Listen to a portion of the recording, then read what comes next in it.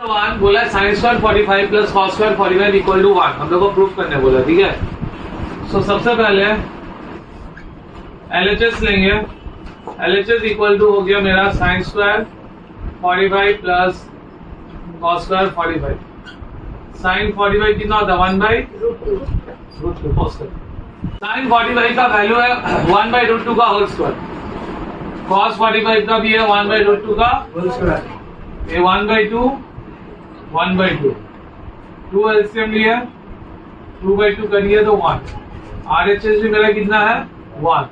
तो therefore LHS equal to RHS। Question बोला है cos 60 equal to cos square 30 minus sin square 30, ठीक है। सो LHS मेरा cos 60 है। What is the value of cos 60? RHS है मेरा cos square 30 minus sin square 30।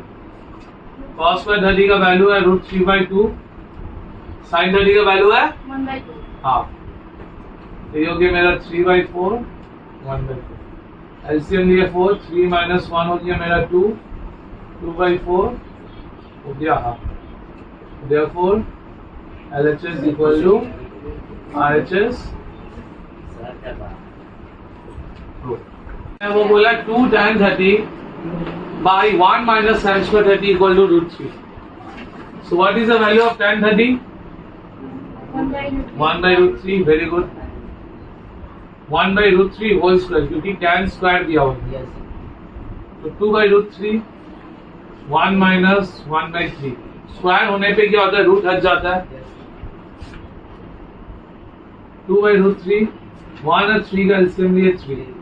1 से 3 को डिवाइड किया 3, 3 1 जा 3, 3 को 3 से डिवाइड किया 1, 1 into 1 1। तो ये मेरा हो गया 2/√3, ये वाला हो गया मेरा 2/3। डिवाइड होने से चेंज हो जाता है, 3 ऊपर 2 नीचे। तो 3/√3 है। नीचे में जब भी रूट रहता है तो हम लोग उसको क्या करते हैं रैशनलाइजिंग करते हैं। तो ऊपर नीचे √3 से मल्टीप्लाई 3√3/3 3 √3। RHS कितना है मेरा? Therefore LHS equal to RHS। यहाँ पर ध्यान से देखो tan 30 का वैल्यू होता है 1/√3। tan 30 यहाँ पर भी 1/√3 स्क्वायर है तो इसका स्क्वायर किया 1 का 1 √3 का 3। सर फॉर्मूला है 1/√3। हाँ tan 30 का वैल्यू है। तो 1 और 3 का एलसीएम लिए 3, 3 1 जा 3, 3 माइनस 1 2। अब ये डिवाइड है तो ये उल्टा हो गया, 3 ऊपर 2 नीचे, 2 2 कटा 3/√3। नीचे में जब भी रूट रहता है तो हम लोग रैशनलाइज करते हैं उसी नंबर से। यस सर, ऊपर नीचे माइनस है प्लस। बोर्ड पे ध्यान दो, लेफ्ट हैंड साइड में दिया हुआ है √1 plus cos 30 by 1 minus cos 30। तो what is the value of cos 30? Very good. अब 1 और 2 का एलसीएम लेंगे तो 2 2 प्लस √3, फिर नीचे में भी सेम 2 2 माइनस √3 2 2 करिए। अभी जब माइनस रहता है तो रैशनलाइजिंग में क्या करते हैं प्लस देख के ऊपर नीचे मल्टीप्लाई करते हैं। Very good. 2 प्लस √3 2 प्लस √3, ये दोनों सेम है तो ये मेरा होल स्क्वायर हो गया और नीचे में हो गया a minus B a plus B a square minus B square. ये वाला मेरा ठीक रूट का बाहर निकल गया क्योंकि स्क्वायर है ना, स्क्वायर है तो इसके बाद रूट के बाहर निकल गया तो 2 प्लस √3 और नीचे में 2 का स्क्वायर 4, 4 माइनस 3 √1 तो 2 प्लस √3 √1 तो 2 प्लस √3 क्योंकि स्क्वायर रूट ऑफ 1 इज 1। ये वाला तो रूट के बाहर निकल गया बट नीचे में तो रूट रहेगा, a square minus B square है ना, नीचे में तो रूट रहेगा। तो 4 माइनस 3 रूट ओवर 4 माइनस 3 क्या होता है 1, 1 का स्क्वायर रूट 1 तो 2 प्लस √3। पूछो क्या पूछना है? सर वहाँ √3 है सर, स्क्वायर के बाद तो रूट हटेगा। हाँ तो रूट हट गया, वो तो इसका रूट हटेगा, इसका थोड़ी हटेगा। ये तो स्क्वायर में तो ये वाला रूट है ना। होल स्क्वायर होता तब ना वो वाला हटता। उसका भी तो होल स्क्वायर है सर। हाँ तो ऊपर वाला हटा तो वो नीचे वाला तो रहेगा ना, फ्रैक्शन में है ना, न्यूमरेटर है डिनोमिनेटर है, तो ऊपर वाले के लिए हट गया, बट नीचे में तो वो रूट रहेगा ना, इसलिए तो नीचे में रूट डाले। और ये तो रूट है ना sir, 1 3 + root 2 + root 3 2 + root 3 whole square है। हाँ। ये वाला जो स्क्वायर है वो ये रूट को नेगोशिएट किया। अच्छा तो ये तो देखो ना 2 + रूट 3 लिखे, थोड़ी हम 2 + 3 लिखा, पहला बार तो उससे होता भी नहीं है, वो स्क्वायर होगा तो a + b होल स्क्वायर का फॉर्मूला। नीचे वाला रूट है। हाँ वो ये वाला आएगा, ये वाला रूट, अच्छा अच्छा ये वाला रूट हटाएगा वो स्क्वायर हुआ तो।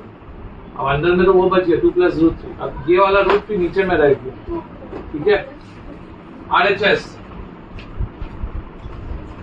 660 tan 60, 660 का वैल्यू 2, tan 60 का value √2, therefore LHS equal to RHS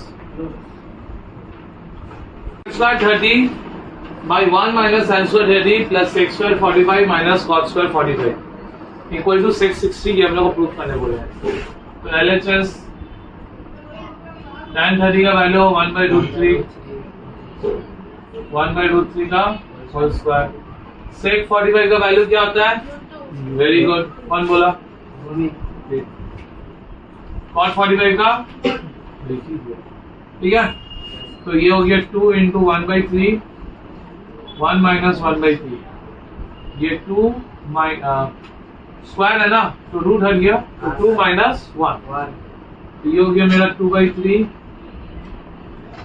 यहाँ पर भी एलसीएम लेंगे, 2 - 1 1, 2/3, ये भी 2/3 कर दिया, 1 + 1 2, LHS मेरा हो गया 2, RHS है मेरा 660 2, therefore LHS equal to RHS। क्या बोल रहे हो सूरज? सर बोले डायरेक्टली लिखते 660 का वैल्यू तो 2 ही होता है। वो होता बस उसे नीचे कहानी खत्म। ये सम्स में tan स्क्वायर π/4 दिया हुआ है।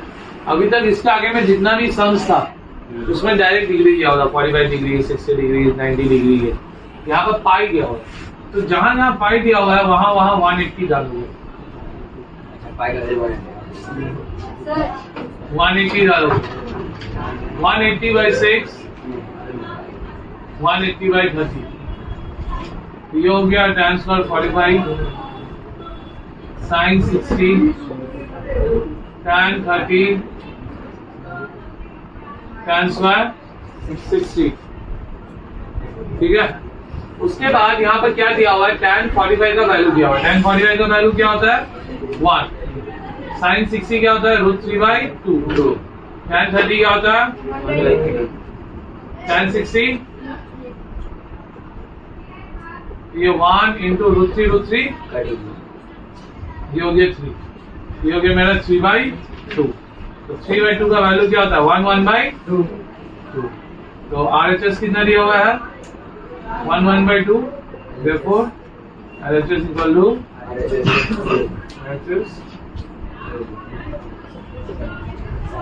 यहाँ पर भी वही सेम है, पाई दिया हुआ है, तो जहां जहां पाई दिया हुआ वहां क्या डालेंगे? 180। जहां जहां पाई है वहां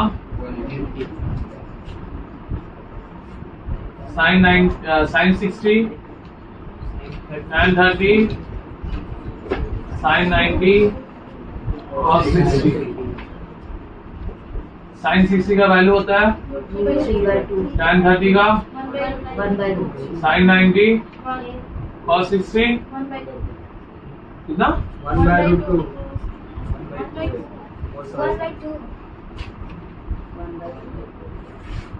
1/2 1/2 + 1/2 एक्सरसाइज एंड होने जा रहा है, उस पर ये हाल है, तो तुम लोग को अभी तक वैल्यू याद नहीं हुआ। एलसीएम लेंगे, 1 + 1 2/2 कितना हो गया? 1। RHS 2 sin स्क्वायर π/4, पाई का वैल्यू है 180, 2 sin स्क्वायर 45, sin 45 का वैल्यू कितना है? 1/3 2 into 1 by 2 2 कर दिया तो 1 बचा, therefore LHS equal to RHS RHS, क्योंकि LHS भी 1 है और RHS भी 1 into sin 45 into cos 45 into tan 60 equal to tan square 45 minus cos 60. You have to find out the value of x. ये वाला sin 45 होता है 1 by root 2, cos 45 भी होता है 1 by tan 60 होता है root 3 tan 45 होता है 1. What is the value of cos 60? 1 by 2. Very good, 1 by 2. तो ये हो गया root 3 by 2, 1 minus 1 by 2. तो 1 से हाफ माइनस हुआ तो हाफ बचता है, ये कॉमन सेंस है. तो ये 2 और 2 इंटू इधर ये तो x equal to 1 by root 3. Sir root 3 by 2 कहाँ था ये? root 3 into 1 into 1 root 3 root 2 2. ये root 2 into root 2 2 हुआ और ये root 3 into 1 into 1 root 3 हुआ. सर रूट 2 आई तो लिख root 2 into root 2 2 होता है. अगर root 3 into root 3 होता तो 3, root 5 into root 5 होता 5, root 6 into root 6 होता 6. रूट हट जाएगा सर. हाँ, दोनों सेम नंबर अगर मल्टीप्लाई हुआ रूट में. x into sin 60 into cos square 30 equal to tan square 45 into sec 60 by cosec 60. You have to find out the value of x. So cos sin 60 का value क्या है? Root 3 by 2. cos 30 का Root 3 by 2. Very good, root 3 by tan 45 1 by sec 60 2. cosec 60. 2 by 3 by.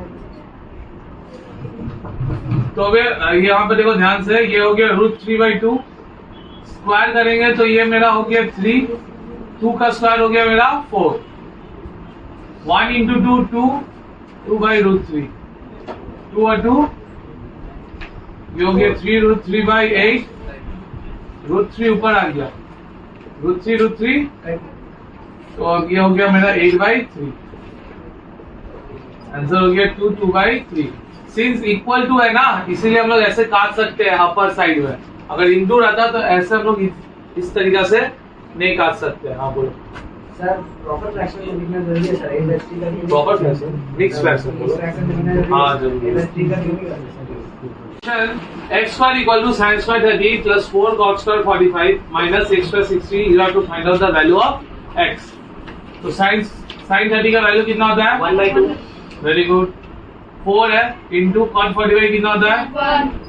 sec 60 कितना होता है? 2. तो x square equal to 1 by 4 plus 4 minus 4. तो ये दोनों कर दिया. तो x equal to root over 1 by 4. तो 1 का स्क्वायर रूट 1, 4 का हाफ. तो आंसर हो गया x इक्वल टू 1 by 2. बोला है x tan 30 plus y cos 60 लिखा नहीं है इक्वल टू 0 और 2x minus y tan 45 equal to 1. You have to find out the value of x and y. सबसे पहले दो साइमल्टेनियस इक्वेशन बनेगा.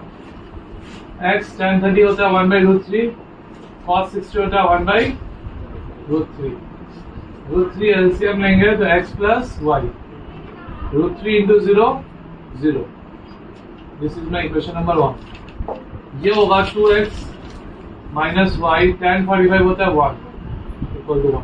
2x minus y equal to 1. This is my equation number 2. तो यहाँ पर मेरा 1 है. अच्छा ठीक है. x plus y equal to 0, 2x minus y equal to 1. ये मेरा दो equation. Method of elimination class 9 में सीखे थे. Yes sir. y और कर दिया. 2 प्लस 1 हो गया मेरा 3, 0 प्लस 1 हो गया 1. x का वैल्यू हो गया 1 by 3. Putting the value of x in equation number 1. Equation number 1 है x plus y equal to 0, 1 plus 3 plus y equal to 0, y equal to minus 1 by 3. So x equal to 1 by 3, y equal to minus 1 by 3.